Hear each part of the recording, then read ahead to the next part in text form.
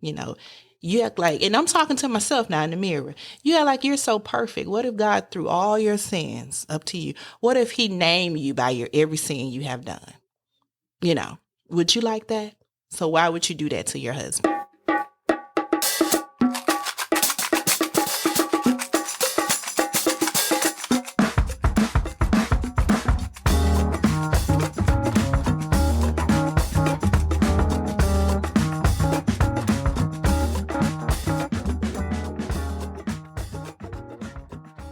Welcome to Coco Pod's podcast. My name is Dr. Bola Sogade, and I'm a women's health specialist. We continue our series from last week. We've been talking with Lillian, that's her pseudonym, and she's been sharing her life experiences, her marital experiences, the difficulties that she's gone through, and the triumphs that she's had. So I had to just do heart-to-heart talks to myself. And even when those thoughts come in my mind, I want to say something, I catch myself and say, Jesus, just help me. And then my husband will look at me. And I said, no, I just want to say thank you for cleaning the house. Thank you for doing that. And he's like, oh, I appreciate it. So I had to change my words and the way I thought. And it was a challenge. Now, you mentioned soul tie at some point. Can you tell us a little bit more about that? Soul ties, yes. So he had a soul tie, as in when he was with this young lady, they used to have matching outfits. They used to go to places together. They used to buy each other. They was in a relationship, kind of, like they was. And soul tied, he couldn't let go. Even when he came back to me at that time, he still was conversating with her, letting her know, oh, it's gonna this, oh, it's not this, and I don't know what me and my wife is doing. She's fussing, she's fighting, just like giving her a report about what's going on in the house, that he can't let her go. Even though if the counselor, the pastor was telling him, change your number. Oh, I can't change my number. Or get rid of clothes. He had clothes that he bought when he was with her, and he didn't want to get rid of. And I was explaining to the pastor, like, this young lady sent me over 50 pictures of them together. This is embedded in my mind. 50 pictures, family portraits with her and her family. Like, he had a whole double life. And I can't get these images out of my mind. And when I see his clothes he's wearing, these are the same clothes. And he won't get rid of them. And that's what he's trying to explain to him. You got a soul tie. You need to let that go. He was like, no, these are my clothes, and da-da-da-da. And soul ties is something that you're having sexual activities or you're connected to a spirit that is evil and not in God's intention for you, and you can't let go. He couldn't let go. So that's what the pastor brought up when he said, so how do you deal with that now that he's no longer with that lady and he's back with you? How do you deal with the fact that there is this soul tie? It was hard because like I said, it was days that I will be talking to someone and I'll zone out. And they can just be talking to me, laughing, and I'll laugh and do the ha, ha, ha. And I'll zone out thinking. And then it's like, hey, you heard me? It's like, oh, yeah, I heard you. Just zone out. When I start doing that, I noticed that I lost myself. And so how I dealt with it, as I said before, I had to spend time with myself to heal because I never healed properly. I thought I healed, but I didn't heal properly. So I write anything that bothered me. I used to write it down. If I got mad at him, if I want to say some bad things to him, I'll write it down, and I'll ball it up and I throw it away. And I started speaking life into him out of my mouth. Because you have to understand, kids are listening. And I remember growing up in my household, I was listening to my parents. I heard all those things that mom and dad were saying to each other. And I was repeating the cycle. And I had to be the cycle breaker. So I was like, well, what do I need to do? So I started writing it down, throwing it away, or I start going just taking long rides by myself, screaming, yelling, because the thoughts was there. The imaging in my mind was there in my head, and I couldn't let it go. Even when I look at him, even if we got back intimate, the thoughts was there, and he knew it. And I looked him in his face one day and said, I need to heal and I need time. I don't know how much time it's going to take, but I need it. And he said, take all the time you need. And I just spent time with God. I read books. I prayed. I cried. I wrote stuff down. I journaled. and ask myself, why did I stay so long? Why did I allow this to happen? What's wrong with me? Am I insecure, or do I not deserve love? All those things happen. But the beauty of it all was when I found out who the young lady was, she called me. Remember I told you my mom said, she called me, and she said, she was crying on the phone. And I guess they got into a fight, and she called me and she said, come get your husband. And I said, excuse me? And she said, come get your husband. And I said, baby, what time is it? And she said it was about 6 or 7. No, it was about 3 or 4 in the morning. I said, honey, and this is me now, because keep in mind, I was over him. I said, my office hours are between 8 and 9. Call me back at 8 and we can talk about it. I said, how long y'all been talking? She said, oh, we've been together for a year. I said, he's my husband, but that's your man. Whatever y'all got going on, you go figure it out. And I hung the phone up. I went back to sleep. Because I was over him. And you could sleep. I slept good. I filed for divorce. I filed and I was over him. I was done. And she called back. And that cry I heard, I know that cry. And that's the cry I used to cry all the time. I got up out of my bed and I said, are you okay? And she said, no. I said, I'm on my way. What time was this? It was about 4 in the morning. So you called the No, doctor? she called me back. Oh, she called you back? Crying. Mm-hmm. I said, so the second time? The second time. And I went to her house. 4 o'clock in the morning by myself. She could have killed me. She could have did anything. And your husband was there? No, he left. They got into an argument. And I went to her and I hugged her. Wow. I hugged her and she cried on my shoulder. And she said, I'm sorry. I said, I know you are. I said, but you are stronger and you are better than this. I said, I forgive you. I said, but I want you to forgive yourself. And she said, I'm not going to go back to him. I said, yes, you are. You love him. I said, you're going to go back to him. Had you given up on him then? Yes. I said, yes, you are. You love him. And you're going to go back to him. I said, but if you're going to go back to him, know your worth.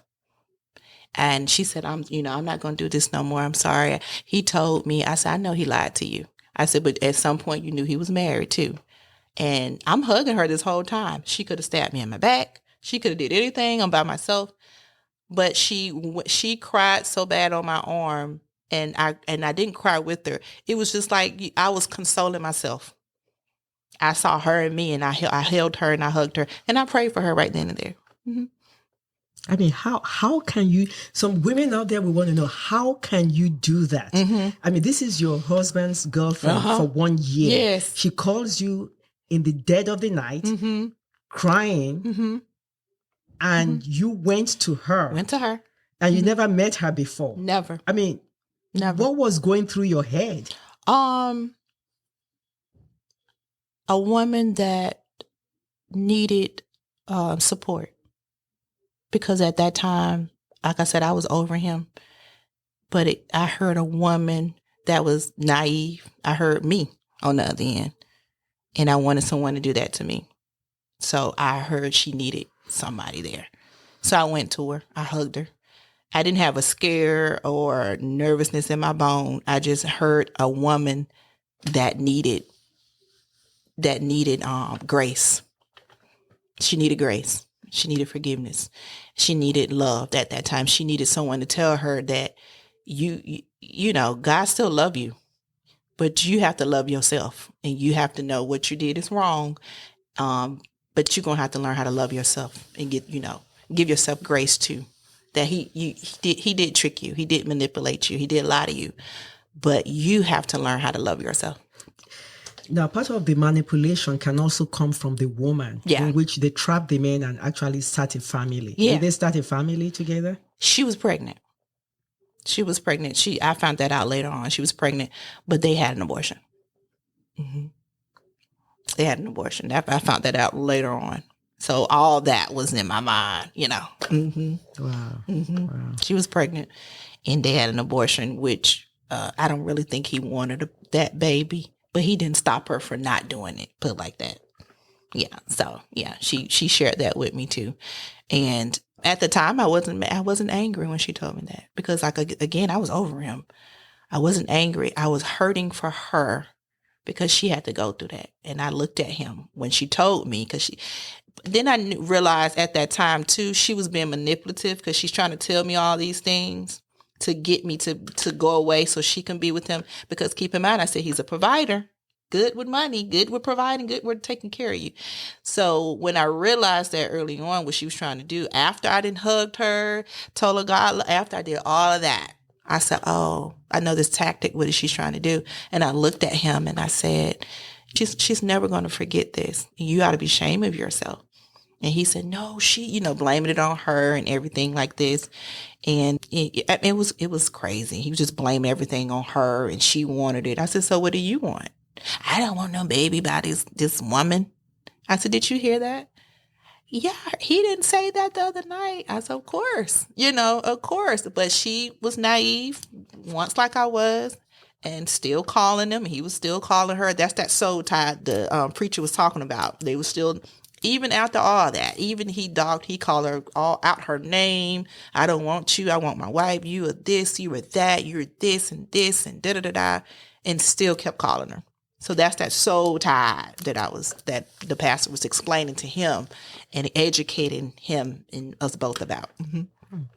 So, fast forward now, you guys have been together after this for how long? Oh, 6 years. And you said he changed. He has. He changed, but in the beginning, I didn't. I didn't want to change. I wanted to hold on. I wanted to be if I could have been a witch, I would have. I would have cast spells. I would have did it. I know it sounds so evil, but if I could have, I would have. That's how angry and that's how I allowed hatred and unforgiveness to settle in my body because I didn't, I tell you I forgive you, but I really don't. And all that hatred and stuff start coming up and but he changed. He did a 360. God was doing a major thing in him, but not for me. I didn't want to change. I didn't want to change at all. I was mean and I was hateful. Mm-hmm. So what is helping you change now? That talk, I had time to heal. After I had that talk with him and told him I need to heal. I need time because I can't keep doing this. This is not a Christian way. This is not how God intended for marriage to be. And you don't deserve this, So I healed. He gave me time to heal. That means he just gave me space. So space away from him? He'll pick up more hours at work and he'll go sleep in the other room. He'll go take the kids somewhere to have me a spa day. He'll probably get a spa day for me. He used to buy me journals. He used to put in music in the house, settling music, something to ease my mind in the house, and just let me be. Mm-hmm. So he let me just sit in it, and he'll ask me, "Do you need anything? Do you, no." Just get away from me, stuff like that. So yeah, so I healed from that. And it took time, a lot of forgiveness for myself. I had to forgive myself for staying because I'm like, why did I had to forgive myself for staying? I had to forgive myself for loving someone more than I love myself. I had to forgive myself. And once I learned how to forgive myself, and it came easy. And then I learned how to not worry about what nobody think because I'm like, well, what people gonna think if we get a divorce? I don't want people to know. They're gonna say it's my fault because and that was my second thing. But once I learned to overcome that and just stayed in the word and just know that God had us and had me, everything just flowed after that. Mm-hmm. Wow. Mm-hmm. Now, while you were healing, were you guys intimate? I tried not to, but I think the more we were intimate, I think it helped us because I didn't want to because I think it was just sex. It's like, it's sex because I don't love you like that no more. Because even when we got back together, I didn't love him. But remember when I said in the beginning of the podcast that I didn't marry for love. I married for stability. So all that, when I was healing, all that came to me. Like, you didn't even love this man, in love with him when you married him. You loved him because you loved him enough to marry, but wasn't in love. You married him for these reasons. You knew what he was doing. You knew you had some type of, you knew, but you still married him because that's what you taught. That's what you was taught growing up to do. So God showed me that, and he was showing me. And that's when I learned how to love him properly. So the intimacy after that was just good because I learned how to love him. And I realized, and I had to go to my husband and apologize and tell him I didn't know how to be a wife, just like he didn't know how to be a husband. I'm learning, and as well as he's learning how to be a husband. We're going to learn together how to work this thing out, and we're going to break generational curses together. And I want to love you properly, just like I want you to love me properly. And I'm going to, we're teaching each other how to love each other properly and how to love each other right, So once I learned that with him, it became easier.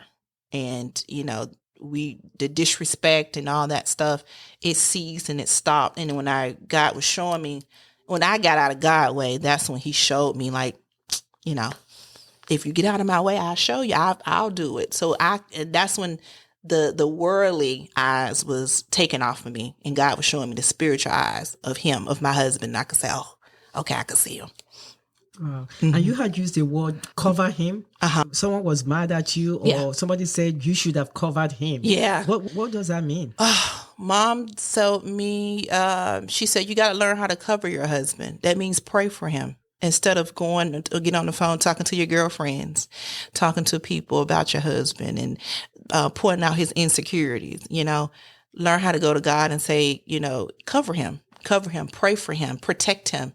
Ask God for protection over his life. Whatever you don't understand about him, go to God, because your friends didn't create him. God created him. They don't understand it. You guys are going to be on the phone talking 2-3 hours about the same thing with both. Oh, your husband do this. My husband do that too, girl. But God was, she was like, you got to learn how to cover your husband. Go to God. God, I don't understand this about him. Teach me about him. Teach me how to pray for him. Teach me what to say, how to approach him. Is the words I'm saying not enough? And even sometimes that will work. Sometimes that won't work. But you just don't give up. Because if he wants to change, he'll change. He'll change. If he wants to receive it, he will receive it. And he did. He did. Wow. Mm-hmm. So now you guys are together. Mm-hmm. You're doing a spiritual journey together. Mm-hmm. Are you still in counseling together? We are. We're still in counseling. How frequently do you? Mm-hmm. We do it every month. We was doing it twice a month, but now we do it every month. With a Christian counselor? Yes, Christian counselor. He was doing it with the military counselor. Mm-hmm. He does one privately by himself. Mm-hmm. And we'll do it together. Mm-hmm. And it works, but it also works when we counsel each other together. So now we do this. We check in. We do a check-in with each other now. How are you doing today? Is there anything you like to talk about? Is it something that we need to discuss today? Did I say anything to offend you today? Let's talk about us. And we check in with each other, see where we at mentally, see where we at spiritually. How can I be a service to you today? Things that we never did before because we wanted to make it work. I do not encourage nobody to do what I do unless you believe in fighting. It's because this is a fight that you will doubt your faith. You will, do everything that is not godly. But I won't encourage nobody to do it. But if I can do it, you can do it too. I'm letting anybody out there know that who's going through a divorce or who's dealing with infidelity in their marriage, and you still want to fight and you still believe there is hope. There is hope. But if you believe that to let it go, let it go. But also go to counseling first. Exhaust all your options before you make your final decision. But it is life after infidelity. Wow. Mm-hmm. Do you feel your children are grounded more because you've had this fight and you stayed in it for them, and they see both parents? They see both parents. They see their dad as they see him changing. Because my oldest, when I told my husband we're getting divorced, and we called the kids in and said we're getting divorced, my oldest cried and he said, "Why are you doing this to me, mommy?" And I'm looking at him like, did you not know what your daddy just did? But they look at mommy. Why are you doing this to me, mommy? You're breaking up our family. And my baby said, you're making me a statistic. Like, how would I make you a statistic? He said, you're making me grow up without a father. And that broke my heart because it's like, you don't even understand. And you also realized why some people stay in broken marriages for the kids, because they want to, keep that father, and the household is toxic. That's what my mom did. So I saw me and my kids. So I was like, I got to stop the cycle. So the healing was necessary for me because my mama never healed. To this day, they've been divorced for over 30 years. To this day, she still talks about it. To this day, if I can say something about something, she's like, oh, yeah, I remember your daddy used to. Like, Mama, that was like 40 years ago. And I had to break the cycle. I was like, I can't do that. I can't continue to talk about something that hurt me that long. I got to let that go. So the healing started with us. And he's, like I said, we've been together for 5 years since then. And it was not easy, but it was worth it. Yeah, I see the huge ring on the huge. Well, I did say he was a gift giver. Diamond rock on your finger. So yeah, wow. He's a gift giver. Yes. And not only, and I'm not materialistic, but he is. So of course I say he's a gift giver. But we're taking care of the inside than the out. So, because the outside can look good, but that inside can be toe up. So, wow. I want that inside to be good, because this ring was just sitting. I didn't wear it for years. Wow. I didn't wear it for years. And I put it back on when that inside started looking good, because I can't show you my outside and be like, girl, yes, everything. Oh, we doing good. But that inside is terrible. So once that inside got good, because your household is your first ministry. So once my ministry, or my church, which is my family, got into one, we became one, and we came in order. That's when I was like, okay, I can put the ring back on. And do you feel you broke the generational curse? I did. Because you said something about his grandfather. Yep. His grandfather, uncles, he said that's all he saw that they cheated on their wives or girlfriends, and he thought that, that's what men do. And he actually talked to young men and other married men about his experience, what he has done, and he also encouraged him. And the thing he told me was, he said he apologized, and he said it was bits and pieces. Each year or each whatever, he'll come and tell me, things. And when we talk, like, do you want to say something? And he'll say, I was insecure. He said I was selfish. He said I was a very selfish individual. I didn't care about nobody, not even my kids. He said I got married too young, and I didn't want a family. And just to hear him say those words, I wanted to slap the fire out his mouth, because you saying you got married too young, you didn't want to be married, and you didn't want kids at that young age. And so you decided to do what you want to do because you want to have your fun, eat it too. I was livid. Like, I can up and leave. I couldn't take a break if I want to take a break, But to hear those words, I wanted to slap him down. But I had to sit in it and listen, because I can't. Sometimes we got to learn how to be quiet and listen. The truth don't have to be pretty sometimes, but it's the truth. And that's his truth. And I had to listen and refrain from just going off and just say, I get it. And I did get it. Because sometimes I want to run away. I want to run away from kids. I want to run away from life. I want to do this, and I get it, but I can't. And he did. And in that moment, I was like, how are you crazy? That was his truth. The bow and everything wasn't pretty, but that was his truth. So. Wow. Lillian, you've shared. We're just so grateful to you for coming to Cocoa Pods podcast, for sharing your lived experience. Like I said, not everybody has this wonderful story to tell. And I like the fact that you said, for people at the verge of separation, at the verge of divorce, if you feel you have a fight in you and you want to fight for it, especially if you have children involved, and you are safe. He's not like actively trying to kill you. Then fight. Fight, because you're not wrestling between him. You're wrestling between generation curses.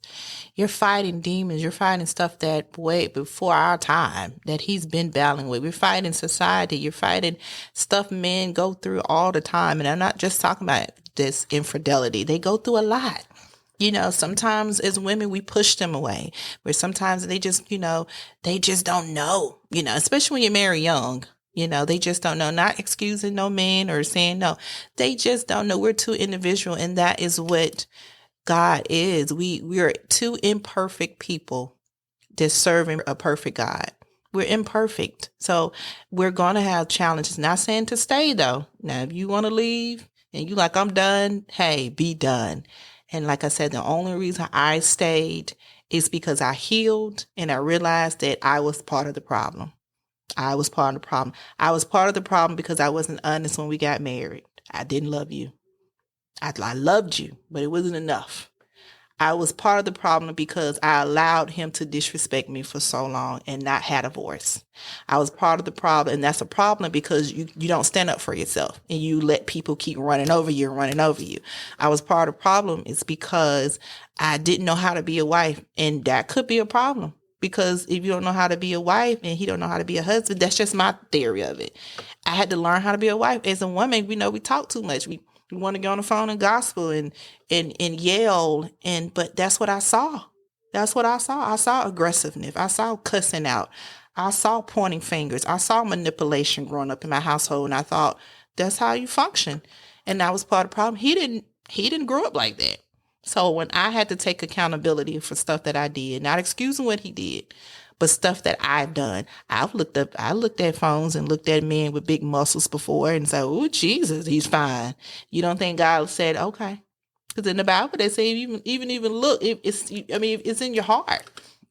You sin, that's adultery, So I had to look at all of that stuff and say, God, okay. And do I want God to call me by all my sins that I did or thought about, Do I want that? So, and he became my best friend again. Before we got married, he's my best friend. And we found our friendship again. And once we found our friendship, the intimacy became better again. Wow. Mm-hmm. Thank you so much. Yeah. In our upcoming episode, we talk more with Lillian and Charles and see how ego intertwines with all of this. Thank you for listening to Cocoa Pods Podcast.